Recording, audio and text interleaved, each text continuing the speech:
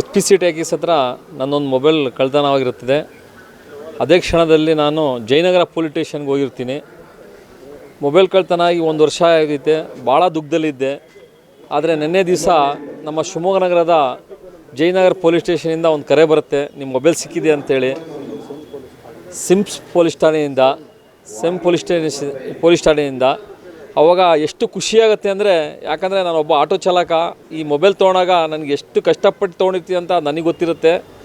ಅದೇ ರೀತಿ ಒಂದು ಫೋನ್ ಬಂದಾಗ ಹಿಂಗೆ ಮೊಬೈಲ್ ಸಿಕ್ಕಿದೆ ಅಂತ ಹೇಳಿ ಅಷ್ಟು ಖುಷಿಯಾಗಿದೆ. ಶಿವಮೊಗ್ಗ ನಗರದ ಎಲ್ಲ ಪೊಲೀಸ್ನವರಿಗೂ ನಾನು ಅವರಿಗೆ ಧನ್ಯವಾದಗಳು ಹೇಳ್ತೀನಿ. ಭಾಳ ಕಷ್ಟಪಟ್ಟು ಒಂದು ಮೊಬೈಲ್ ತೊಗೊಂಡಿರ್ತೀವಿ, ಅದು ಕಳೆದೋದಾಗ ಎಷ್ಟು ದುಃಖ ಆಗುತ್ತೆ ಅಂಥೇಳಿ ಅದು ತೊಗೊಂಡವ್ರಿಗೆ ಗೊತ್ತಿರುತ್ತೆ. ಎಲ್ಲ ಪೊಲೀಸ್ನವರಿಗೆ ನಾನು ಶಿವಮೊಗ್ಗ ನಗರ ಪೊಲೀಸ್ನವರಿಗೆ ಎಲ್ಲರಿಗೂ ಧನ್ಯವಾದಗಳನ್ನು ಹೇಳೋಕ್ಕೆ ಇಷ್ಟಪಡ್ತೇನೆ. ಮೊಬೈಲ್ ನಂದು ಸಿಕ್ಕಿದೆ, ಈಗ ನನಗೆ ಹಸ್ತಾಂತರ ಮಾಡಿದ್ದಾರೆ. ಆ ಮೊಬೈಲ್ ತೊಗೊಂಡು ನಾನು ಭಾಳ ಖುಷಿಯಾಗಿದ್ದೀನಿ. ಎಲ್ಲ ಪೊಲೀಸ್ನವ್ರಿಗೆ ಇನ್ನೊಮ್ಮೆ ನಾನು ಧನ್ಯವಾದಗಳನ್ನು ಹೇಳೋಕ್ಕೆ ಇಷ್ಟಪಡ್ತೀನಿ.